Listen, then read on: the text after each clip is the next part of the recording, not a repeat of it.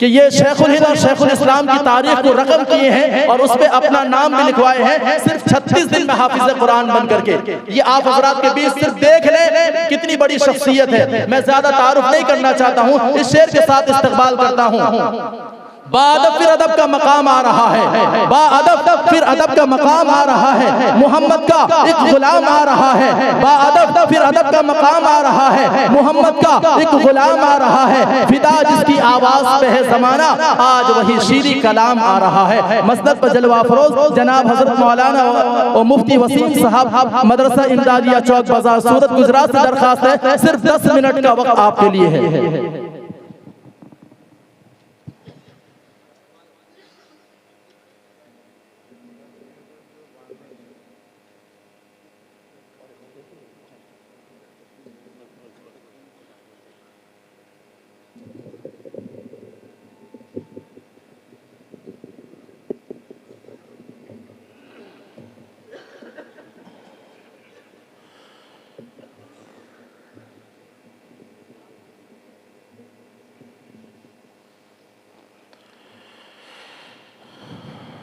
بسم اللہ الرحمن الرحیم.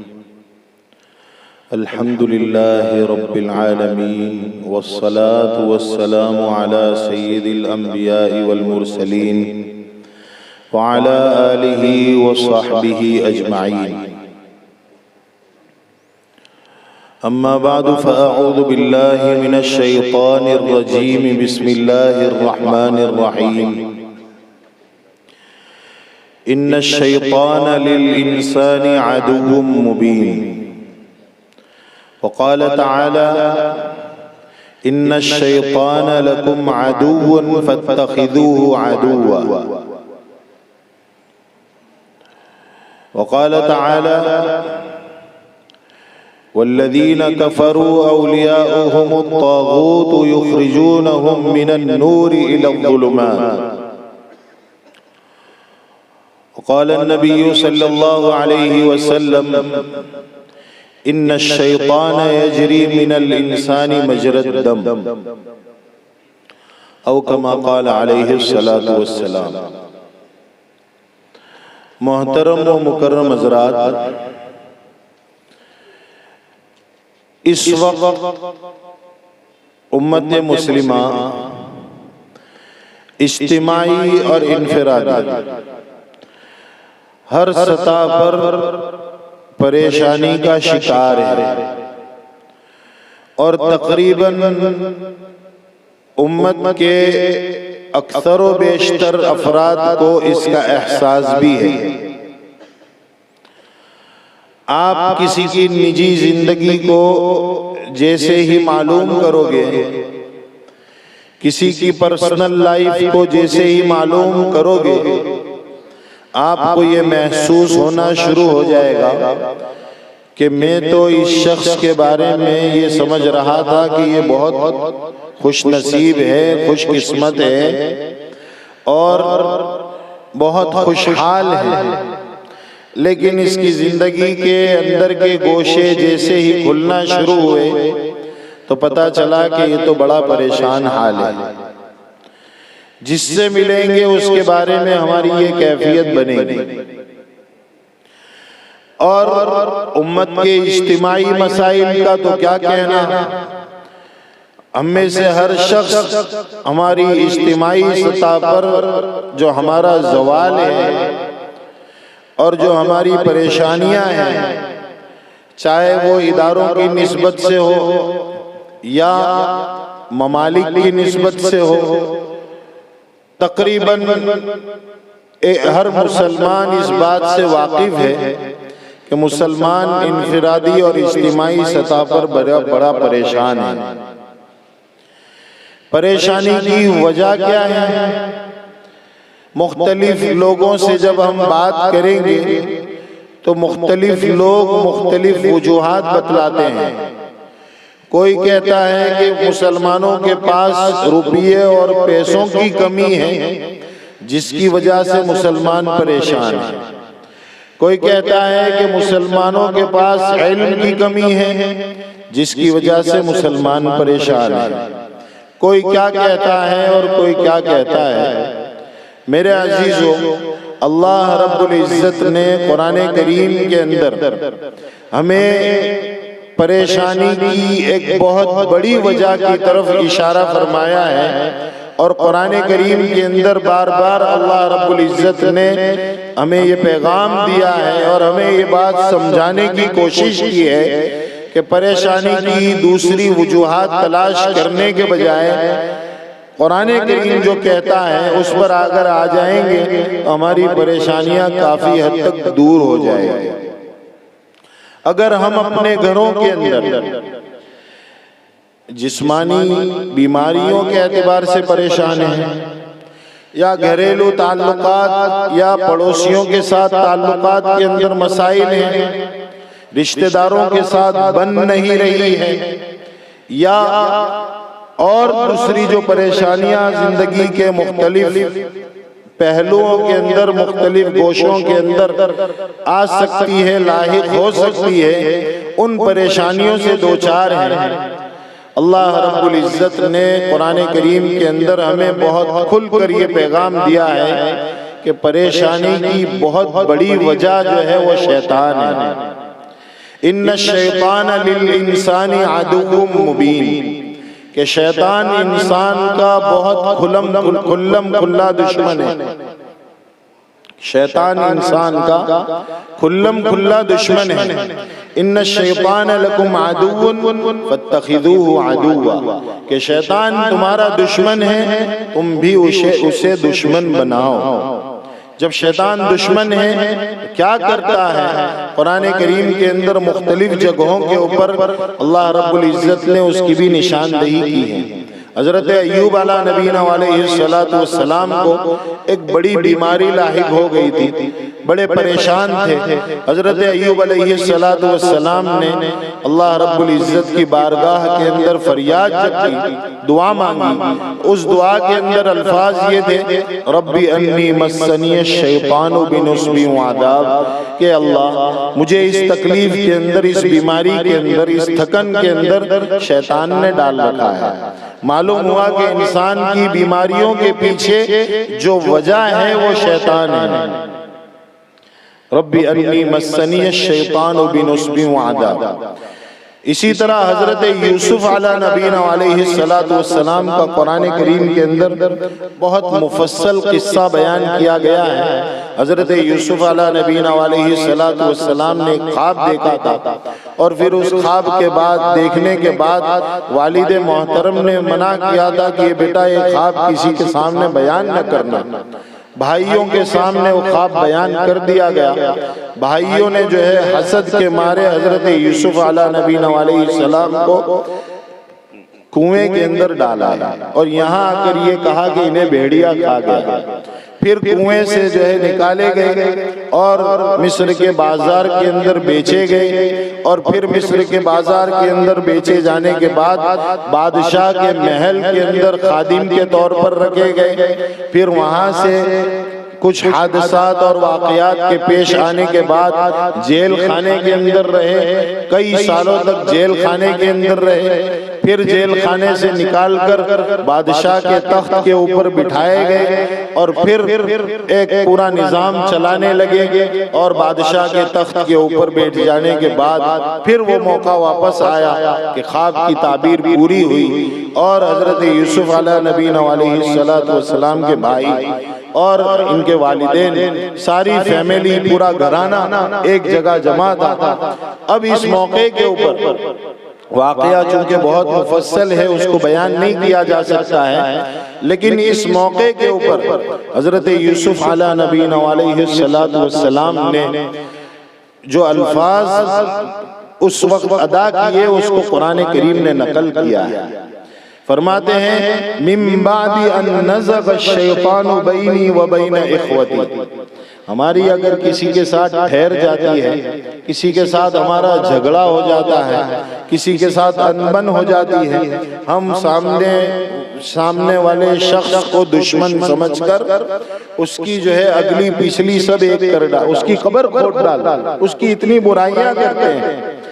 اللہ رب العزت اس موقع کے اوپر ہمیں یہ پیغام دیتا ہے، یہ علم دیتا ہے، یہ بات سکھاتا ہے کہ تمہارا دشمن وہ نہیں ہے جس کے ساتھ تمہاری انبن ہوئی ہے، بلکہ تمہارا دشمن کوئی تیسرا ہے جس نے تم دونوں کے درمیان انبن کرائی ہے، لڑائی جھگڑے پیدا کی ہے۔ حضرت یوسف علیہ نبینا علیہ السلام نے اسی بات کو نقل کرتے ہوئے فرمایا من بعد ان نزغ الشیطان بینی و بین اخوتی۔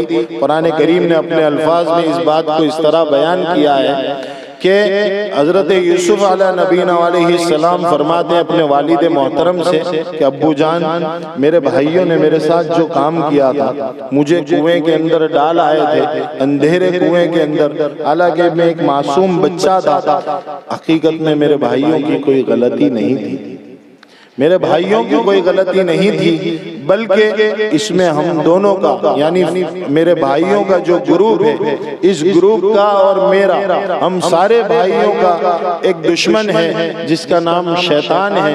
اس شیطان نے ہمارے درمیان جو ہے تفریقہ ڈالا، اس شیطان نے ہمارے درمیان علیحدگی اور تفریق کی، اس شیطان نے ہمارے درمیان جھگڑے کی کیفیت پیدا کر دی۔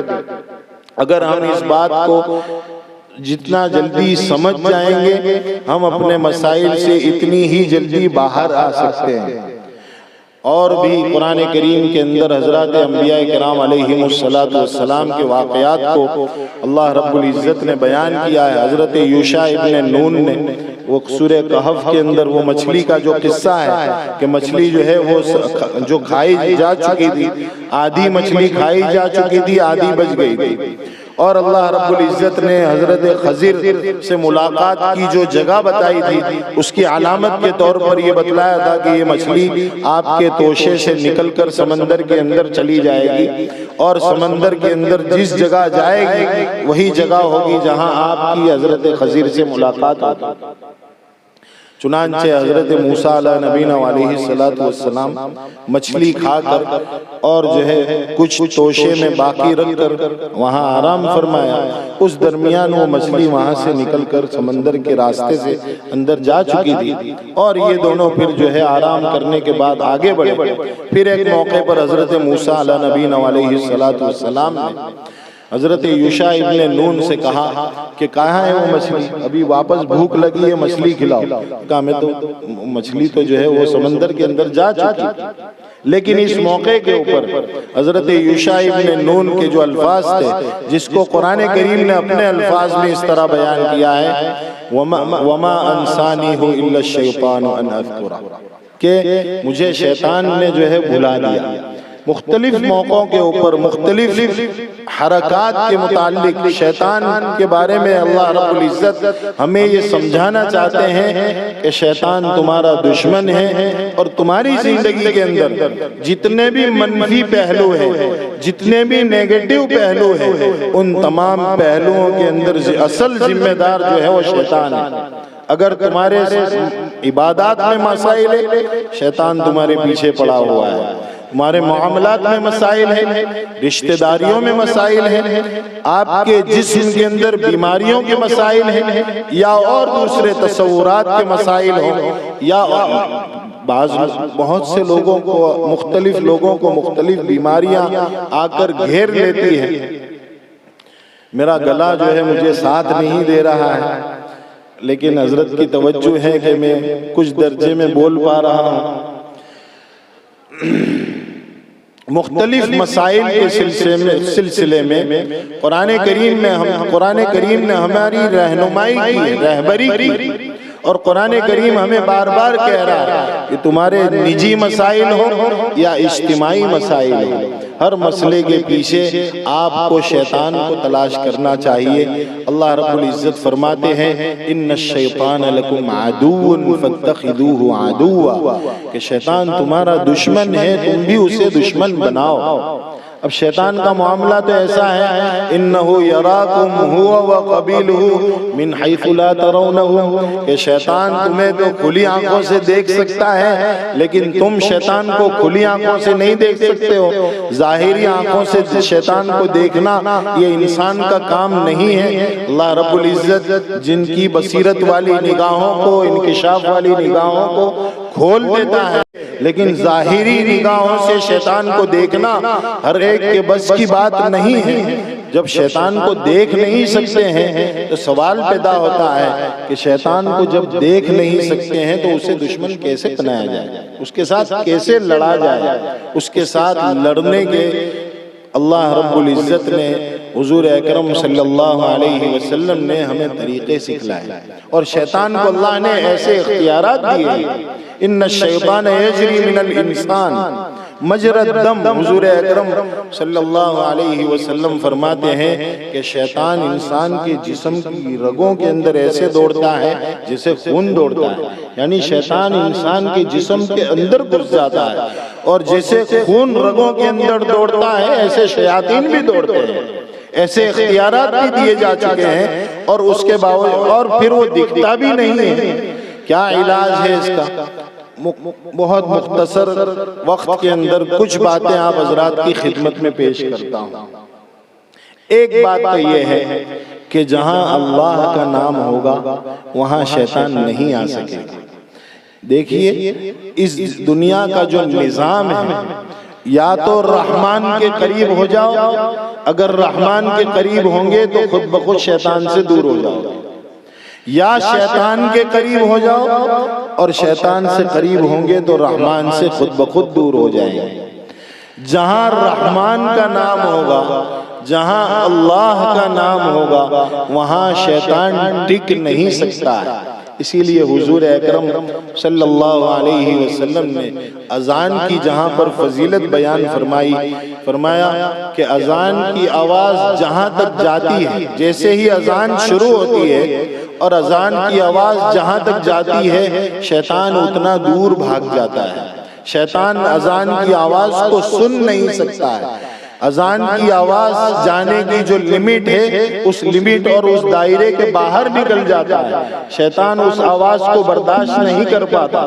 معلوم ہوا کہ اللہ کے نام کے اندر ایسی طاقت ہے کہ اللہ کا نام جہاں ہوگا وہاں سے شیطانیت ختم ہو جائے گی۔ ہمارا سب سے بڑا المیہ یہ ہے کہ ہم نے اپنی زندگیوں کے اندر سے اللہ کو نکال دیا ہے۔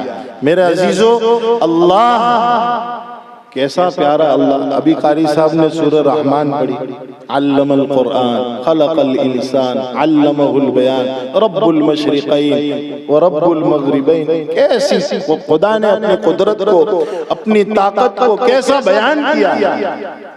اور میرے عزیزوں، ہماری عوام کے اندر، کیونکہ حضرات علماء کرام کا مجمع یہاں تشریف فرما ہے، میں ایک بات بہت ذمہ داری سے آپ حضرات کے سامنے کہہ رہا ہوں کہ ہماری زندگیوں میں سے، ہماری عمومی زندگیوں سے اللہ اس لیے نکلا ہے، اللہ کا نام اس لیے خارج ہو گیا ہے، اللہ ہماری زندگیوں کا حصہ اس لیے نہیں ہے کہ ہم نے عوام تک اس چیز کو پہنچانے میں ہم قاصر رہے، ہم ناکام رہے۔ میرے عزیزوں، دوسری ساری اقوام، دوسرے سارے مذاہب کے لوگ، آپ کسی سے جا کر پوچھئے کہ اگر آپ کو روزی چاہیے تو آپ کیا کرتے ہو، تو وہ کہیں گے ہم فلاں دیوی کی یا فلاں کی پوجا کرتے ہیں، ہم ان سے سوال کرتے ہیں۔ اگر آپ کو علم چاہیے کیا کرتے ہو، تو کہاں ہم فلاں کی پوجا کرتے ہیں، اس سے علم مانگتے ہیں۔ باطل مذاہب میں جن کے اولیاء طاغوت ہیں، طواغیت ہیں، شیاطین ہیں، والذین کفروا اولیاءهم الطاغوت، کہ کافروں کے اولیاء مددگار طواغیت ہیں، شیاطین ہیں، یخرجونہم من النور الی الظلمات، اور ان کا قصور اور ان کا جرم اتنا بڑا ہے کہ وہ اچھائیوں سے برائیوں کی طرف لے جاتے ہیں، اچھائیوں سے نکال دیتے ہیں، برائیوں کی طرف لے جاتے ہیں، نور سے نکالتے ہیں، اجالے سے نکالتے ہیں، تاریکیوں اور ظلمات کی طرف لے جاتے ہیں۔ لیکن میرے عزیزو، ہم اس خدا کا تعارف اپنی عوام کے سامنے نہیں کر سکے جو اللہ یہ کہتے ہیں، سونے سے پہلے کی دعائیں۔ اسی طرح دوسرے مواقع پر جو مسنون اذکار ہیں، جیسے بیت الخلاء میں داخل ہونے سے پہلے بسم اللہ بول کر اللہم انی اعوذ بک من الخبث والخبائث، کتنی مختصر دعا ہے۔ حضور اکرم صلی اللہ علیہ وسلم فرماتے ہیں کہ یہ جو بیت الخلائیں ہیں، یہ جو استنجا خانے ہیں، یہ شیطانوں کے مسکن ہیں، شیطانوں کے اڈے ہیں، اور صرف عام شیاطین کے اڈے نہیں ہیں۔ بلکہ شیطانوں میں بھی اونچے لیول کے زیادہ طاقتور جو ہوتے ہیں خبیث اور خبیثہ، ان کے اڈے ہیں، ان شیاطین سے جو بڑے تکلیف دہ ہوتے ہیں اور بڑے انسان کو پریشان کرتے ہیں، اگر اس سے بچنا چاہتے ہو بسم اللہ بول کر اللہم انی اعوذ بک من الخبث والخبائث پڑھ لیجئے، اللہ رب العزت آپ کی حفاظت کر لے گا۔ بستر اور ہر سنت دو باتیں آپ حضرات کی خدمت میں پیش کی، ایک بسم اللہ، ایک ہر موقع کی مسنون دعا، اور تیسری بات آپ حضرات کی خدمت میں پیش اور بھی چیزیں ہیں، لیکن چونکہ وقت ہے نہیں، مولانا تو ایسا لگتا ہے کہ میرے سر کے اوپر سوار ہو گئے، میرے سر کے اوپر کھڑے ہو گئے، اتنا بوجھ محسوس ہو رہا ہے، اس لیے میں اپنی بات جلدی بول رہا ہوں۔ میرے عزیزو، تیسری بات آپ حضرات کی خدمت میں یہ پیش کرتا ہوں اور یہ درخواست کرتا ہوں کہ ہر سنت کو اپنائیں۔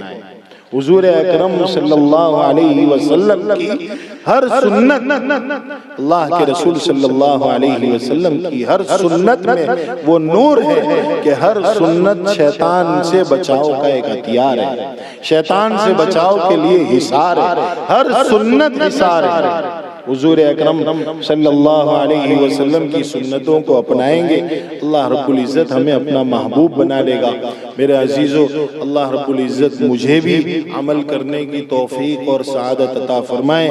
سب سے زیادہ محتاج میں ہوں، آپ حضرات کو بھی عمل کرنے کی توفیق اور سعادت عطا فرمائیں۔ وآخر دعوانا ان الحمدللہ رب العالمین۔ اسٹیج کے اوپر بڑے بڑے علماء کرام تشریف فرما ہیں، ان حضرات کی موجودگی میں نے لب کشائی کی ہے، اس لیے معذرت چاہتا ہوں، دل سے معذرت چاہتا ہوں۔ جزاکم اللہ خیرا و احسن الجزاء۔